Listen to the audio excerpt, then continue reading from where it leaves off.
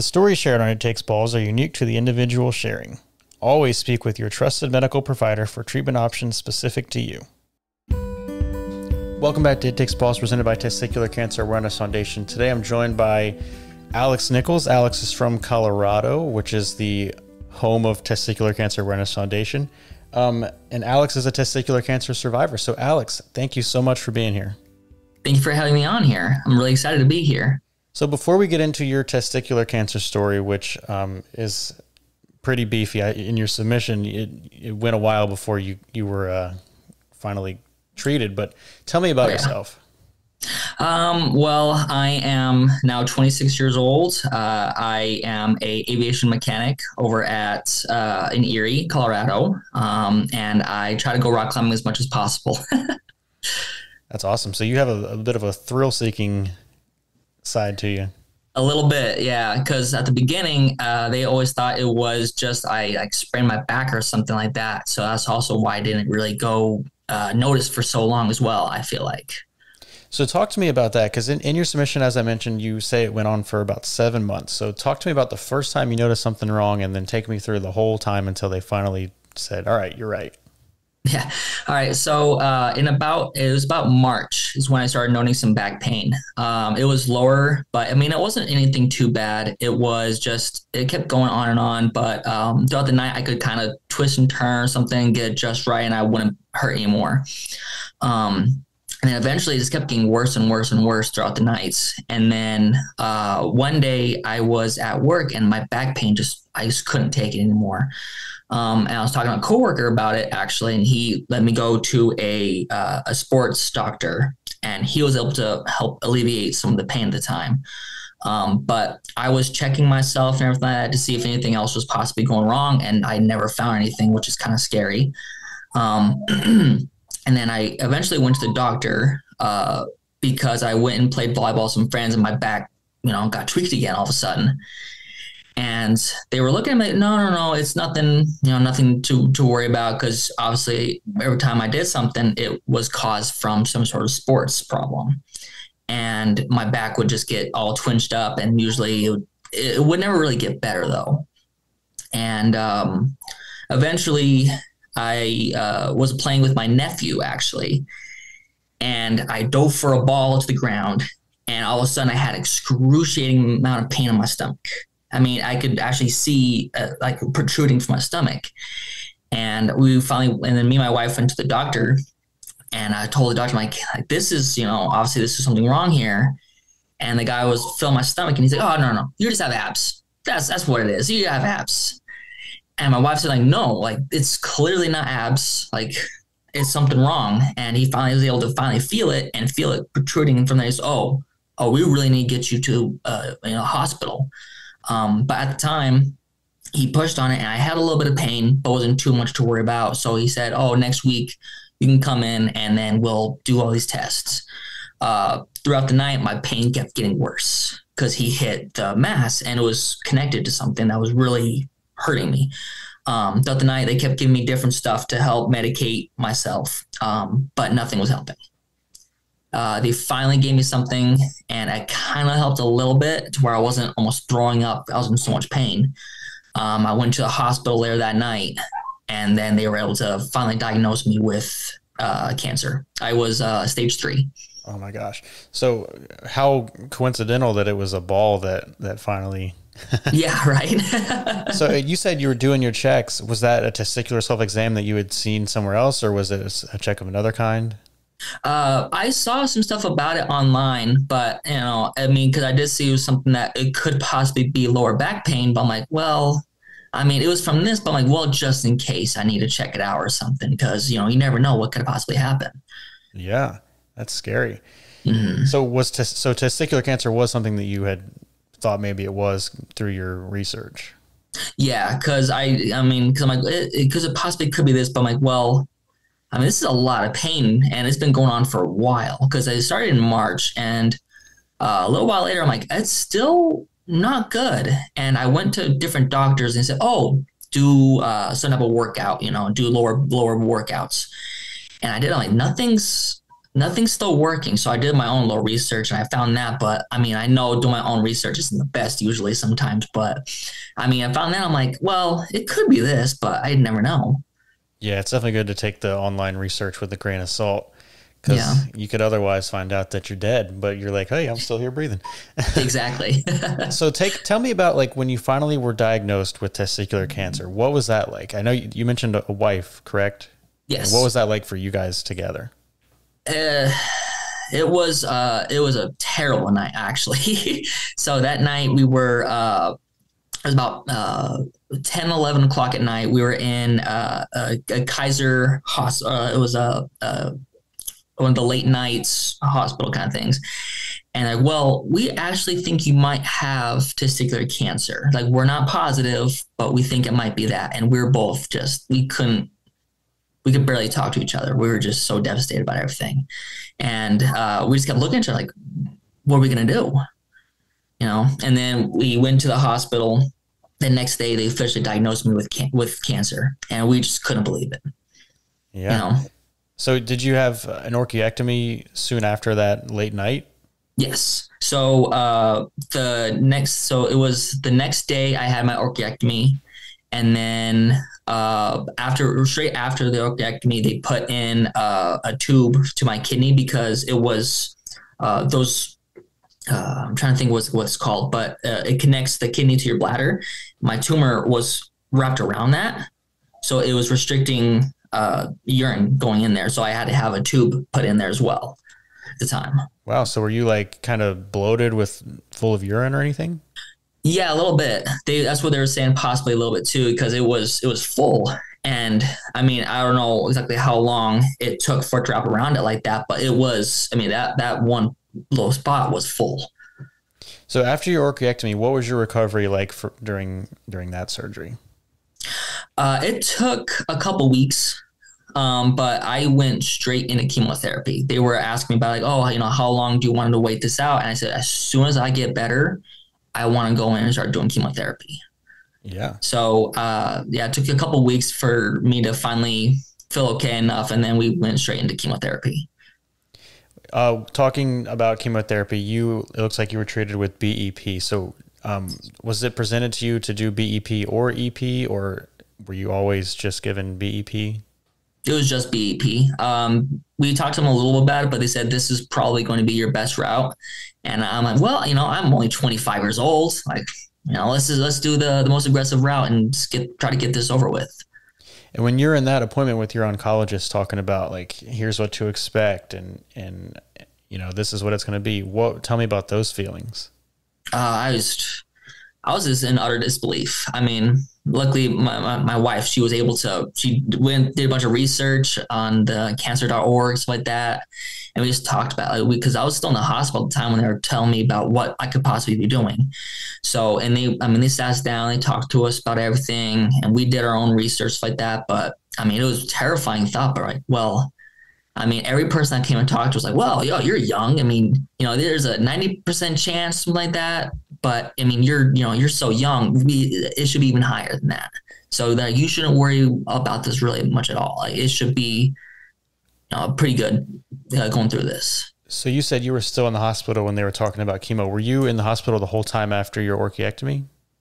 I was in there for 3 to 4 days, and then they released me. Yeah, you had the kidney tube the whole time, or yes, yeah, it was after my orchiectomy, I got my tube put in. Interesting. Okay, all right. So talk to me about chemo and your experience with the bleomycin, etoposide, and cisplatin. So I did 5 days of the etoposide and the other one, but I did bleomycin for 2 days after that. It was for a 3-week process. And every Tuesday I got bleomycin for, I think it's about an hour. I loved the clinic I was at. They were some of the nicest people I've ever met in my entire life. For that first week, so I'd usually get in there at like 8 o'clock in the morning, and then I'd get out kind of late. They knew I was going to be there, and they asked me, "Hey, there's a prime spot in the back that you have a really nice lookout of this entire area of the Denver skyline." And they're like, do you want the area? Because we know we're going to be here for a while. I'm like, oh, absolutely. If you can do that, perfect. So they reserved that spot for me during those, tried to reserve those spots for me in the mornings. That's for that awesome. time. Yeah. So what year was this for you? This was in 2021. Okay. So COVID was still kind of going on. Was your wife able to go with you or any other support people? Yeah. So at the time, it was just one person to be with me at all times. So my wife went with me a couple times, and then my mother as well went with me. And then my dad took me to bleomycin days. Gotcha. It's important to have that support system. Yes, very much so. So as chemo compounds, which, if somebody's newly diagnosed and they're listening to this before they go into chemo, I mean, it is known to compound. So did you feel any of those effects kind of getting worse as the weeks went on? Absolutely. So for that first week, Monday, I felt great, and then as we went on to Friday, it just kept getting worse and worse and worse. But they gave me some really good stuff. They gave me some anti-nausea medication and stuff like that. And I mean, it helped me out quite a bit, honestly. But usually on Tuesdays would be my worst days, doing also the bleomycin. After that first week, every single week I felt better. And then as soon as I got to that last Friday, I'm like, I feel fantastic.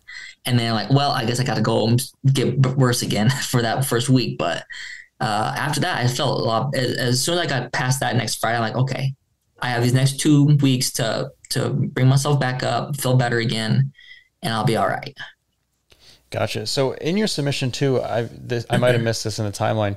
You had a tumor that was 132 by 128 by 100 millimeters. So that's pretty big. When was that discovered? Was that between your orchiectomy and chemo, or was that before your orchiectomy? That was before my orchiectomy. So because they felt it and they said, well, we really need to get this checked out. So I got into the hospital about midnight that night. The next morning, kind of early, they brought me in and they did a full CT scan, and they were able to find my tumor. And they go, well, this is really bad. And I talked to my previous doctor. I wasn't talking to the doctor, but one of the people at the urgent care. He felt, and he goes, well, I didn't really feel anything. So after they did my CT scan, they did an ultrasound, and they were able to find the little nodes that were infected. And then they were able to take that out after they found out. And then they also found the tumor, which they took it out to figure out what kind of tumor it was. Gotcha. All right. Jumping back to the chemo, what kind of side effects were you feeling as the weeks went on? Nausea is a big one, I know, but. Yes. So it was mostly just that. I also had really bad itches, in a way to put it, in my arms and my lower back. It would go, I would be in the middle of chemo and I'd be scratching it. I ended up getting some really dark marks on my shoulders and my lower back.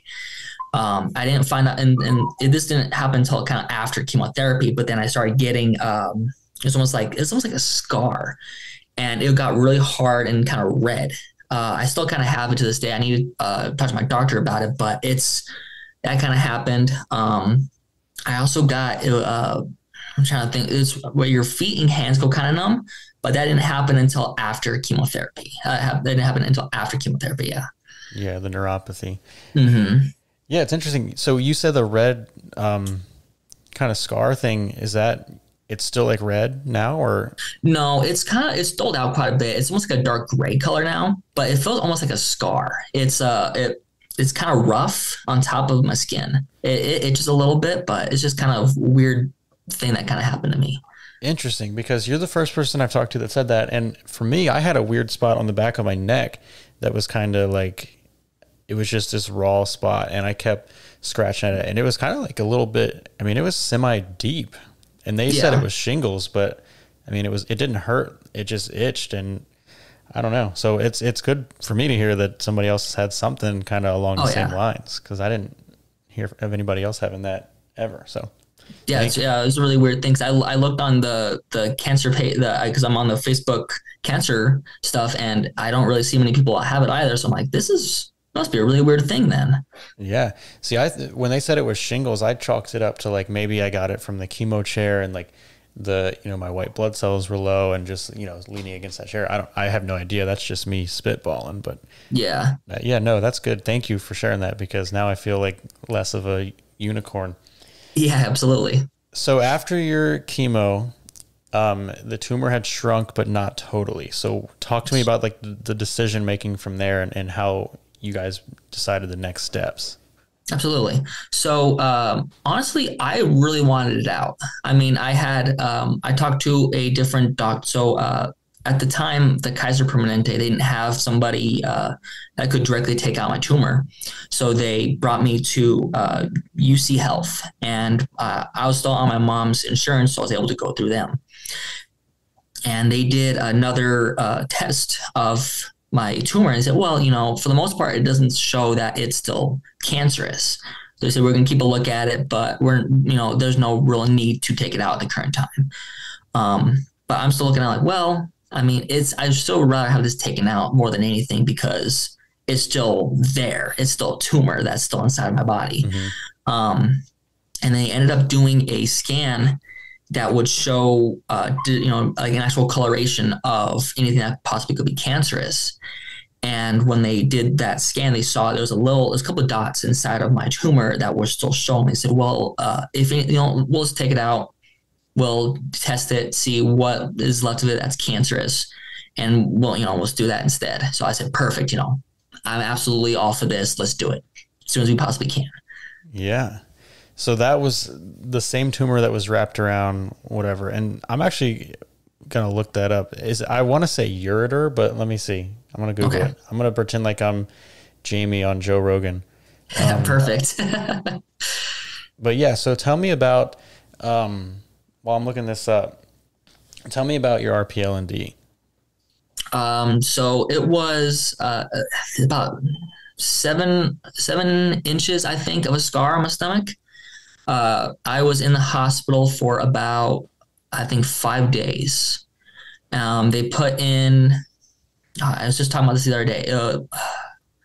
I can't remember what it's called, but they put the piece in your spine. So my entire stomach area was kind of numbed. Oh, the epidural. Yes, and epidural. Thank you. Ureter. It is ureter, right?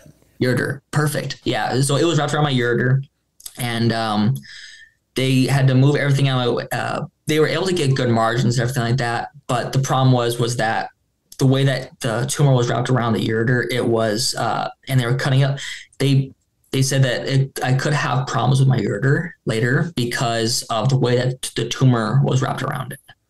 I need to keep a constant lookout on that and see if anything possibly comes of it. But they said for the most part, I'm okay. But yeah, they said that the way it was wrapped around it was just, it did actually kind of scar it a little bit. So I have to kind of keep an eye out for it. Interesting. So have you noticed any effects like with your urination or anything? Luckily, no. I always look at it. It sounds kind of weird to say that, but I always kind of keep a lookout and see if there's any discoloration or anything like that in my pee or anything, just to make sure that everything's okay. Yeah. I mean, does it affect the frequency or like the urge to go at all? Luckily, no. Luckily, everything's still functioning normally. Interesting.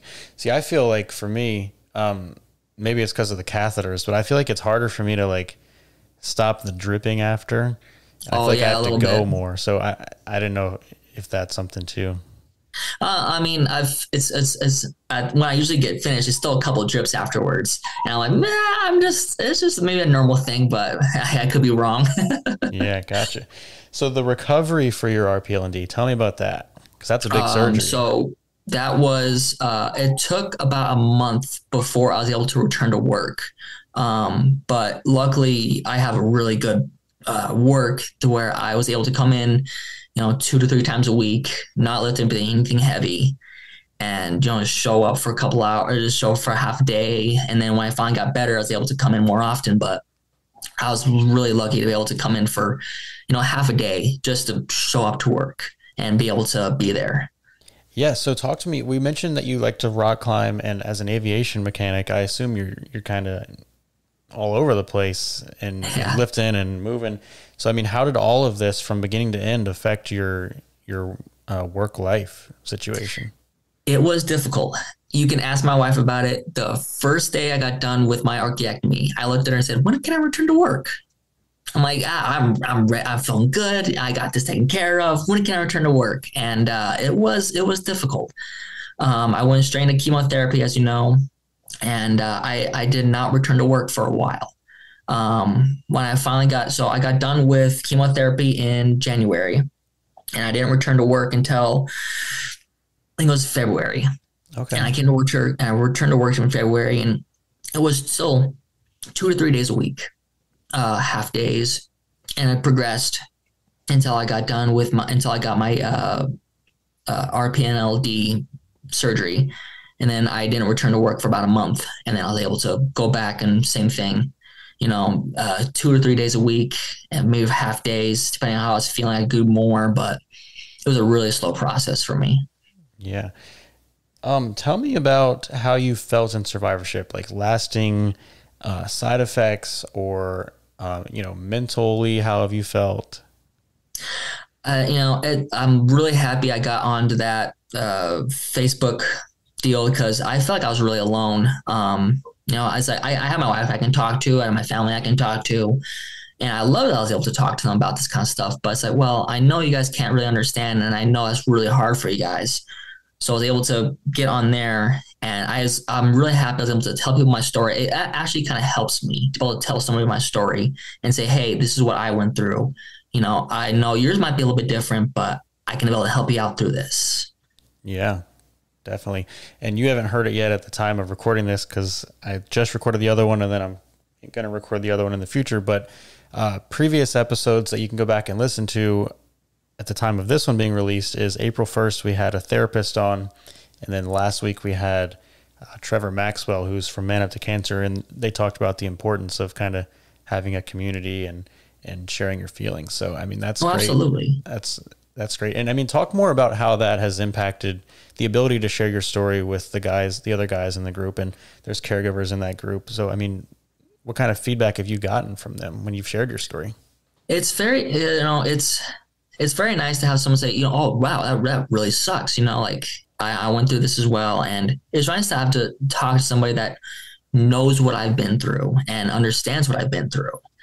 And they say, oh yeah, like I went through that as well. Or, oh, mine was a little bit different. And it's just interesting to hear all the different stories about what everyone else went through. And it's really nice to tell somebody else my story about, oh, this is what I went through, and have someone understand that, oh, you went through something really tough and I went through it with you. So now it's like a weird brotherhood kind of thing. Yeah. And the group Alex is talking about, if you're listening, is the Testicular Cancer Support Group on Facebook. There's some security questions you have to answer to get in. Just verifies that you're not going to promote some spammy stuff in there. But yeah, I mean, definitely join that group if you're going through this as a patient or a caregiver. Oh yeah, absolutely. Or if you're just figuring out anything that, just trying to figure out questions about what's going on too. Yeah. So you also mentioned here that in survivorship, you felt like a totally different person. So what do you mean by that? Just because I'm used to the person that gets up in the morning and make breakfast, get ready for the entire day and not feel completely useless. Ever since I've been through this, I felt completely useless. I've had some people come by and help me out at my house, stuff like that. And, they're like, oh, don't help us out. Like, you're still trying to feel better. It's like, but I feel great and I want to help. I'm not the kind of person that sits on the couch and is like, okay, I'll just wait for you guys to do all your stuff. Like, I'm the person that's usually in there helping out, doing whatever I can possible. Yeah. So it was weird just to be on the couch and not help out with anything. Yeah. Or, Yeah, that makes total sense.